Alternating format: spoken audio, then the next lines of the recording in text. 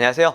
건양대학교 이비인후과의 김종엽 교수라고 합니다. 저는 대한소아이비인후과학회에서는 홍보이사를 맡고 있고요. 적어도 사기칠 사람은 아니다 이렇게 생각하고 오늘 이야기 경청해 주시면 감사하겠습니다. 정말 어려운 질문이고 자주 받는 질문이네요. 비염일 수도 있고 부비동염일 수도 있겠죠. 두 질환이 굉장히 비슷한 증상을 가지고 있다 보니까 아이들도 헷갈려하고 부모님들도 헷갈려하고 심지어는 의사 선생님들도 헷갈려하는 경우가 있는 것 같아요. 비염 자체가 코 안에 있는 염증이다 보니까 부비동염은 볼이랑 이마 쪽에 있는 빈 공간으로 염증이 파급되는 거거든요. 그러니까 사실은 비염이 있는 아이들이 증상이 심해지면 부비동염이 자주 악화되기도 하고요. 또 부비동염이 있다가 바로 정상 코로 돌아오는 게 아니라 비염 단계를 거쳐서 돌아오기도 합니다. 어제 방문했던 병원에서는 비염이 너무 심하네요 라고 얘기를 들었는데, 오늘 방문한 병원에서 아이가 부비동염이에요 라는 진단을 들었다고 해서 너무 놀라실 건 없어요. 실제로 아이의 비염이 악화되면서 부비동염으로 된 걸 수도 있으니까요. 치료 완전 달라요. 그래서 정확한 진단이 중요한 겁니다. 비염 같은 경우에는 일단 콧물 재채기를 줄이는 약을 가장 기본으로 이제 처방을 하게 되는데요. 부비동염은 고름이 볼 안에 차 있는 거라서 얘가 잘 배농이 되려면 오히려 콧물이 너무 끈적끈적해지는 것보다는 묽어지는 게 오히려 치료에 좋아요. 그래서 콧물을 말린 약보다는 항생제 위주의 처방을 하게 되죠. 그러니까 오히려 부비동염이라고 생각하고 비염약을 처방하면 치료 효과도 낮을 뿐더러 치료의 경과도, 기간도 더 길어지기 쉬우니까요. 그래서 이비인후과 의사들이 뻔해 보이는 증상인데도 불구하고 내시경으로 코 안에도 들여다보고 그래도 아리까리하고 정확한 진단이 어려우면 엑스레이를 또 찍어서 코 안의 상태가 어떤지 정확하게 판단하려고 노력하는 겁니다. 저는 그거는 권하고 싶지 않고요. 일단은 첫 번째 만난 의사 선생님이 인연일 가능성이 제일 높으니까요. 그 선생님의 진단을 먼저 믿으시고 1, 2주 정도는 치료를 해보셨으면 좋겠어요. 왜냐면 이비인후과 전문의도요, 자기 아이의 증상만 가지고는 아이가 비염인지 부비동염인지 진단하기 어렵거든요. 그러니까 그렇게 검사하고 내시경을 보고 하는 거고요. 그래서 여러분들께서도 본인이 생각하시는 부모님이 생각하시는 진단이 꼭 맞다고 절대 속단하지 마시고, 선생님의 진단을 받고 치료를 해봤는데도 불구하고 경과가 너무 길다면 그때 의사 선생님을 한번 바꿔보는 것도 나쁘지 않을 것 같습니다. 축농증 수술이라는 그 범주가 생각보다 굉장히 넓어요. 어른들의 축농증 수술은 대부분 부비동 내시경 수술을 이야기합니다.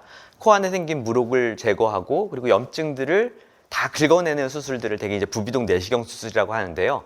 아이들의 경우에 있어서 말하는 축농증 수술은 진짜로 그렇게 물혹을 제거하는 수술을 하기도 하지만 가끔은 코 안을 환기시키기 위한 편도하고 아데노이드 제거 수술을 축농증 수술이라고 이야기하는 경우도 많거든요. 그래서 그 병원에서 이야기하는 축농증 수술이 뭔지를 정확하게 구별하셔서 듣는 게 굉장히 중요합니다. 가끔 코 뒤에 아데노이드가 너무 크거나 편도가 큰 경우에 코 안에가 환기가 안 되면 콧구멍은 뚫려 있지만 공기는 못 들어가는 상황이 발생하거든요. 그러면 코 안에는 따뜻하지, 촉촉하지, 환기도 잘 안 되는 세균이 살기 딱 좋은 환경이 마련되는 거죠.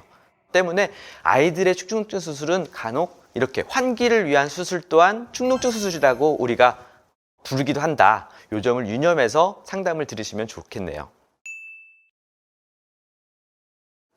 재발할 수 있어요. 그러니까 축농증, 부비동염이라는 거는 얼굴 안에 있는 공간에 세균들이 생기는 거라서 감기가 심해져도 부비동염이 될 수 있는 거거든요. 그래서 충분히 재발 가능하고, 특히나 물혹, 아이들이 갖는 물혹은 재발 성향이 꽤 높습니다. 그래서 처음부터 바로 수술하기보다는 약물 치료를 조금 더 길게 해보길 권하기도 하고요.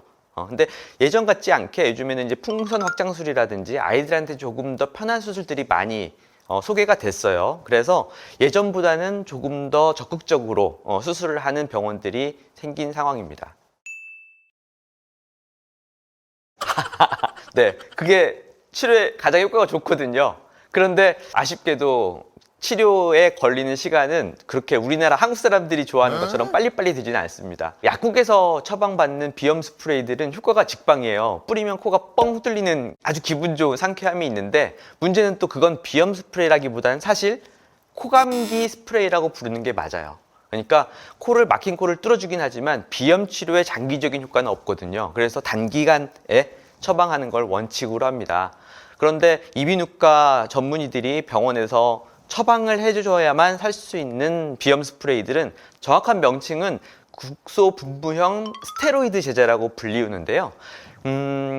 코 안의 치료에 있어서 가장 중요한 첫 번째 치료 방침입니다. 그런데 효과가 좀 느리다 보니까 대개는 약물 처방들이 국내에서는 먼저 선호되는 경우도 덜어 있죠. 하지만 아이에게 가장 부작용도 적고 장기적으로 봤을 땐 치료 효과도 가장 좋은 치료가 비염 스프레이니까요. 절대 이 점 잊지 않고 기억해 주셨으면 좋겠습니다. 네, 애들 중에 양치 처음부터 좋아하는 아이들이 있던가요? 다 처음에는 입안에, 코 안에 물 들어가는 거 다 싫어합니다. 그래도 우리가 양치 어떻게든 가르쳐서 시키잖아요. 비염이 심한 아이들한테도 비염 스프레이가 양치만큼 중요한 생활 습관 치료법입니다. 때문에 어머니들이 조금 처음에 가르치기 어렵다고 하시더라도 꼭 이겨내고 아이와 함께 적응하시길 바라고요. 가장 좋은 방법은 엄마가 먼저 뿌리고 아이한테 가르치시는 거예요. 물론 엄마가 흉내만 내실 수도 있는데 실제로 그냥 코에다 뿌리셔도 됩니다. 엄마 코에 그렇게 해롭지 않아요. 비염 스프레이는 독한 약 아니거든요. 몸에 전신부작용도 거의 없고요. 24개월부터 처방할 수 있고 임신부들이 쓸 수 있는 비염 스프레이도 있는 만큼 굉장히 안전하고 좋은 약이니까 엄마 코에 뿌려보셔도 됩니다. 아이들이 처음에 코 안에 물 뿌려지는 거 좋아할 리가 없죠. 그런데 어떤 스프레이들은 가루 함량이 높고 수분 함량은 낮아서 처음에 뿌리는 느낌이 훨씬 적은 그런 스프레이 제제들도 있거든요. 그러니까 아이의 상황을 주치의 선생님과 잘 상담을 하시면서 비염 스프레이를 잘 적응해 갈 수 있도록 안내하시면 아이의 비염 치료에 있어서 최고의 선택일 것 같습니다.